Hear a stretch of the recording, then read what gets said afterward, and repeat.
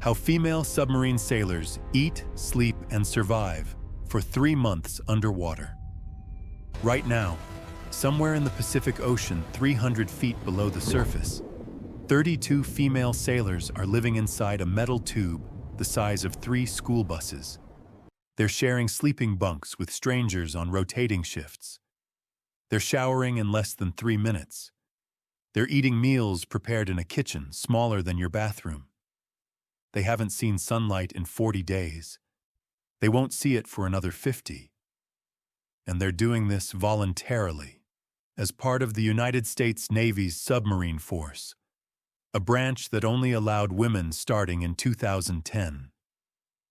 The transition from all-male crews to integrated crews required engineering modifications, privacy solutions, and cultural shifts in one of the military's most isolated communities.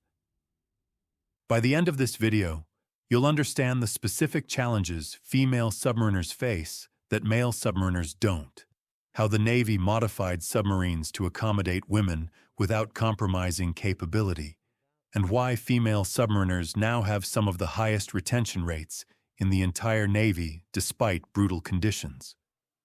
Quick question. Could you live in a space smaller than a parking spot for 90 days? Drop yes or no in the comments. Let's start with why women weren't allowed on submarines until 2010. The official reason was practical. Submarines are incredibly space-constrained, and adding separate facilities for women seemed impossible without reducing crew size. But the deeper reason was cultural. Submarine service has always been considered the most elite, tradition-bound community in the Navy. Submariners saw themselves as a brotherhood forged through shared hardship. The idea of integrating women threatened this identity. The resistance wasn't about physical capability. Submarine duty requires technical expertise and mental resilience more than strength. The resistance was about changing a century-old culture. In 2010, the Department of Defense lifted the ban, starting with officers on the largest submarines. These boats had more space for modifications. The Navy's approach was methodical. Integrate female officers first, prove it works, then expand to enlisted sailors. In 2015, the first enlisted women reported to submarines. Today, hundreds of women serve on submarines across multiple classes. They've proven that gender makes no difference in submarine performance or crew cohesion. But the physical realities of being female in this environment create unique challenges. Let's talk about the most basic challenge: hygiene and bathroom facilities. On a submarine, there's no privacy as civilians understand it. When women first integrated, the Navy had to create separate bathroom facilities, called heads. On ballistic missile submarines, they converted one head into a female-only facility with locks. But this created complications. If that single female head breaks, and equipment breaks constantly, female crew members have no backup facility. Male crew have multiple heads throughout the boat. Women have one. When it's out of service, women must wait for repairs or use male facilities during designated cleared times. Showering presents another challenge. Submarines produce fresh water through desalination, but production is limited. The standard shower protocol: turn on water, get wet for 30 seconds, turn off, soap up, turn on for 30 seconds to rinse. Total time, 3 minutes. Total water, less than 2 gallons. For women with longer hair, this is significantly harder than for men with short hair. Washing long hair in 60 seconds of running water is nearly impossible. Many female submariners cut their hair short for submarine service. Those who keep longer hair develop techniques: washing in the sink, dry shampoo between washes, tight braiding. The Navy doesn't require women to cut their hair, but practical reality makes short hair easier. Now let's talk about sleeping arrangements. Submarines operate on an 18-hour day, 6 hours work, 6 hours training, 6 hours sleep. This allows around-the-clock operations with fewer crew. But there aren't enough beds. Submarines use hot racking, multiple people sharing the same bed on rotating schedules. When you finish your shift, you sleep in a bed someone just left. It's still warm. For female submariners, the Navy initially tried to avoid hot racking by creating female-only berthing. On ballistic missile submarines, they converted officer staterooms into female enlisted berthing. But this caused resentment. Male enlisted sailors hot rack in large areas with bunks stacked 3 high. Female enlisted sailors got former officer staterooms with 2 bunks and more space. On smaller attack submarines, the Navy couldn't create separate female berthing without reducing crew size. The solution: women hot rack with women only. If there are 4 female sailors, they share 2 racks on rotation. This maintains same-gender sleeping, but requires careful coordination. But hot racking itself isn't the hardest part. The hardest part is noise. Submarines are incredibly loud. Machinery hum, ventilation, announcements, people working constantly. You sleep with earplugs. You sleep through drills until you train yourself to wake for real emergencies. You sleep in a space smaller than a coffin with a curtain as your only privacy. Female submariners adapt to this exactly like male submariners, through exhaustion and necessity. Food is one area where female submariners face the same challenges and benefits as male submariners. The Navy feeds submarine crews well because food is one of the few morale factors that can be controlled underwater. For the first 2 weeks of deployment, meals include fresh vegetables, fresh fruit, fresh meat, fresh bread, and real ice cream. The galley operates continuously, producing 4 meals per day: breakfast, lunch, dinner, and midrats. Midnight rations for crew members on night watch. Female submariners eat the same food in the same quantities as male submariners. There's no separate menu, no special accommodations. The Navy learned early in submarine integration that treating female sailors differently in any way that suggested they needed special consideration undermined their credibility and authority. So everyone eats the same food, stands the same watches, performs the same duties, and receives the same treatment. But nutrition does create one gender-specific consideration: iron intake. Women have higher iron requirements than men due to menstruation, and the submarine diet, heavily reliant on frozen and canned foods after the fresh food runs out, can be low in bioavailable iron. Some female submariners bring iron supplements to maintain adequate levels during deployment. The Navy doesn't officially require this, but medical personnel often recommend it. This is a small but significant difference. Female submariners must think about nutritional supplementation in ways male submariners typically don't. The most significant and rarely discussed challenge female submariners face is menstruation management. This deserves honest discussion because it's a legitimate physiological reality that affects daily life in a submarine environment.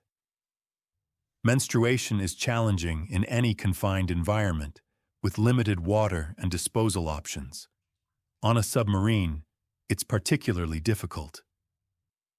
Changing menstrual products requires bathroom access, and remember, women typically have access to only one head. If it's occupied or out of service during your cycle, you wait. Disposing of used products is complicated. Submarines can't generate trash constantly because they must maintain stealth. Trash is compacted and stored until the submarine can surface and dispose of it. This means used menstrual products get stored in bags in the bathroom for days or weeks until trash disposal. Managing menstruation with 3-minute showers, limited bathroom access, no privacy, and trash storage creates legitimate difficulty. Many female submariners choose to suppress menstruation entirely during deployments using hormonal birth control methods. Continuous use of birth control pills, hormonal IUDs, or contraceptive implants can stop periods completely or make them very light. This is a personal choice, but it's one that many female submariners make specifically because managing menstruation on a submarine is so challenging. This is medical intervention for environmental reasons, something male submariners never have to consider. The Navy supports this choice and ensures female sailors have access to these medical options before deployment. But it's another example of how female submariners must make decisions about their bodies that male submariners don't face. Which aspect of submarine life would be hardest for you? Limited water, no privacy, or hot racking? Comment below. Now let's talk about the work itself, because this is where gender differences largely disappear. Submarine duty requires technical expertise regardless of gender. Female submariners serve as sonar technicians, nuclear reactor operators, weapons specialists, navigation experts, and supply officers. They stand watch in control rooms, operate complex machinery, perform maintenance in cramped spaces, and troubleshoot problems during emergencies. The physical requirements of submarine service favor technical skill and mental stamina over raw strength. Most submarine work involves operating equipment, monitoring systems, and making decisions, tasks where gender is irrelevant. The few physically demanding tasks, moving heavy equipment, turning stiff valve wheels, are usually performed by teams regardless of gender. One adjustment the Navy made was ensuring that physically demanding tasks requiring upper body strength could be accomplished using mechanical assistance or team approaches rather than relying on individual strength. Female submariners report that once they prove their technical competence, gender becomes largely invisible in terms of work performance. What doesn't become invisible is the pressure to perform perfectly. Female submariners consistently report feeling that they must work harder and perform better than male counterparts to receive the same respect. One mistake by a female submariner reflects on all female submariners in the minds of some crew members. One mistake by a male submariner reflects only on that individual. This double standard is exhausting.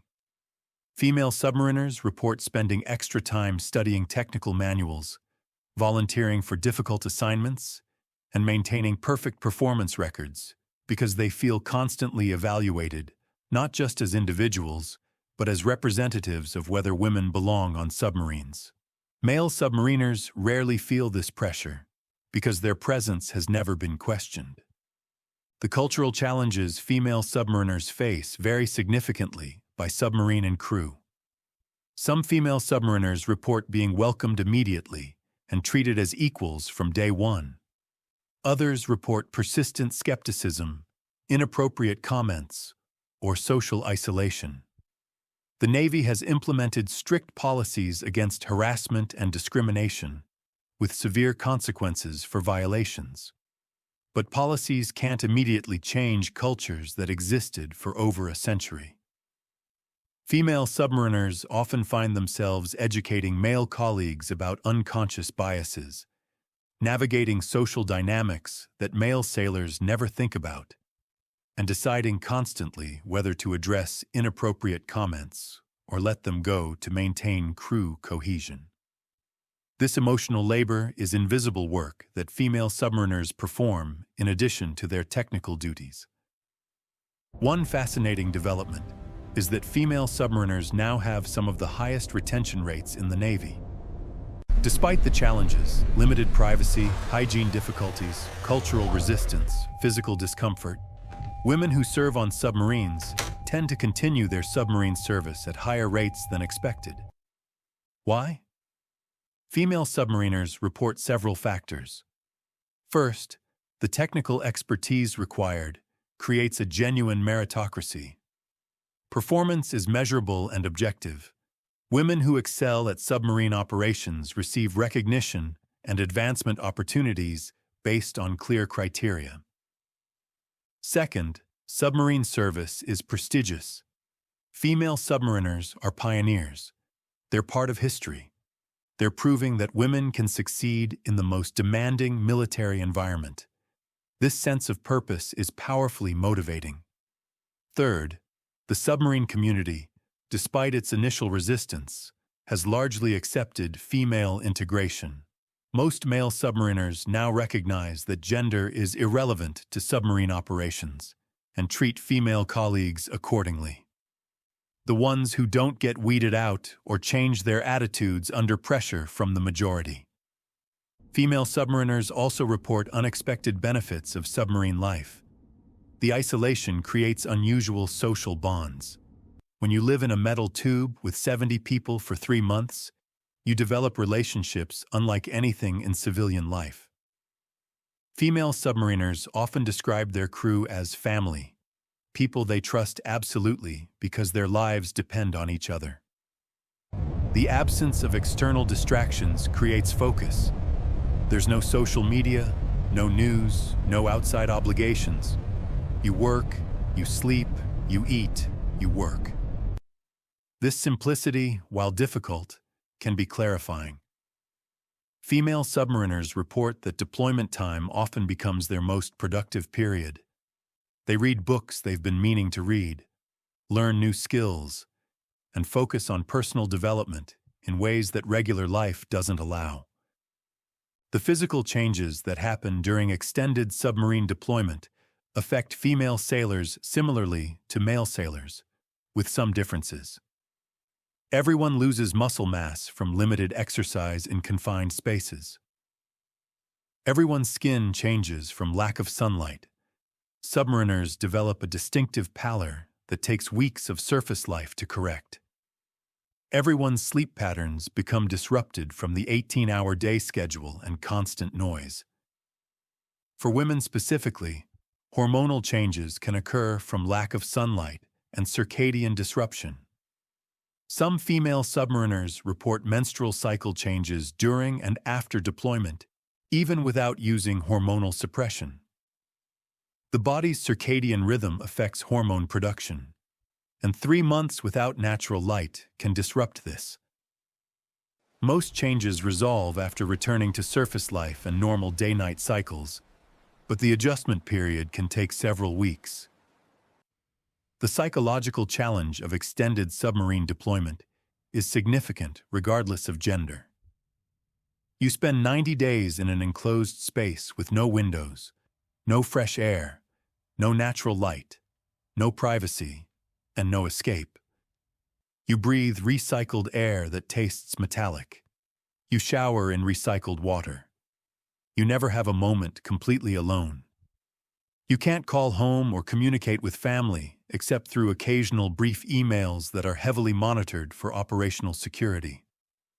This isolation affects everyone.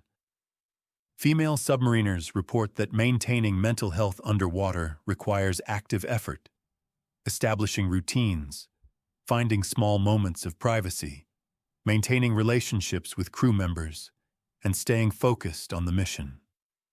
The Navy provides mental health support and trains crew members to recognize signs of psychological distress in themselves and others.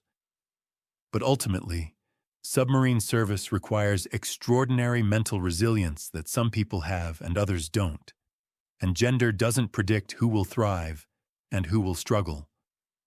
One practical change that female submarine integration forced was improvement in sexual assault prevention and response.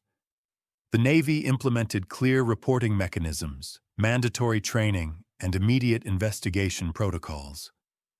These improvements benefit everyone, not just women.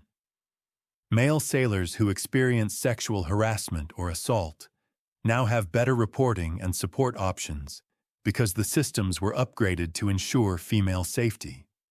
This is an unexpected positive outcome of integration. The entire submarine force became more professional and accountable. So here's the reality of how female submarine sailors eat, sleep, and survive for 3 months underwater. They eat the same food as male submariners, fresh for 2 weeks, frozen thereafter, and must consider nutritional supplementation for iron that male sailors typically don't. They sleep in hot-racked bunks in female-only berthing arrangements when possible, in spaces just as cramped and loud as male berthing, dealing with the same exhaustion and noise challenges. They manage hygiene with 3-minute showers and limited bathroom access that's even more restricted than for male sailors due to having only one designated facility. They manage menstruation through suppression or careful planning in an environment poorly suited for either option. They work 12-hour technical shifts, performing the same duties as male submariners, while often feeling pressure to outperform to prove women belong. They navigate cultural challenges and unconscious biases while maintaining professionalism and competence. They endure the same isolation, recycled air, lack of sunlight, and psychological stress that makes submarine duty brutal for everyone, regardless of gender. And yet they continue serving. They re-enlist. They excel. They've proven beyond any reasonable doubt that gender is irrelevant to submarine operations. The challenges female submariners face aren't primarily about capability. They're about practical accommodations in a space-constrained environment and cultural adaptation in a historically male community. The Navy continues refining integration procedures, improving facilities, and addressing remaining cultural issues. But the fundamental question has been answered. Women can serve on submarines just as effectively as men. The submarines that now deploy with integrated crews operate just as successfully as all male crews did. Mission capability hasn't decreased. Operational effectiveness hasn't suffered. What has changed is that the submarine force now has access to a larger talent pool and benefits from diverse perspectives that strengthen decision-making and problem-solving. The female sailors who choose submarine duty are volunteers who understand exactly what they're signing up for. They know about the limited water, the hot racking, the lack of privacy, the hygiene challenges, and the cultural difficulties. They choose it anyway, because submarine duty offers technical challenges, career advancement, prestigious qualifications, and the opportunity to be part of something historically significant. They're not victims of difficult circumstances. They're professionals who made an informed choice to serve in an elite community that only accepts the most technically skilled and mentally resilient sailors, regardless of gender. And their success proves that the capability to thrive in extreme environments isn't determined by gender. It's determined by skill, resilience, determination, and the willingness to endure hardship in service of a mission larger than yourself.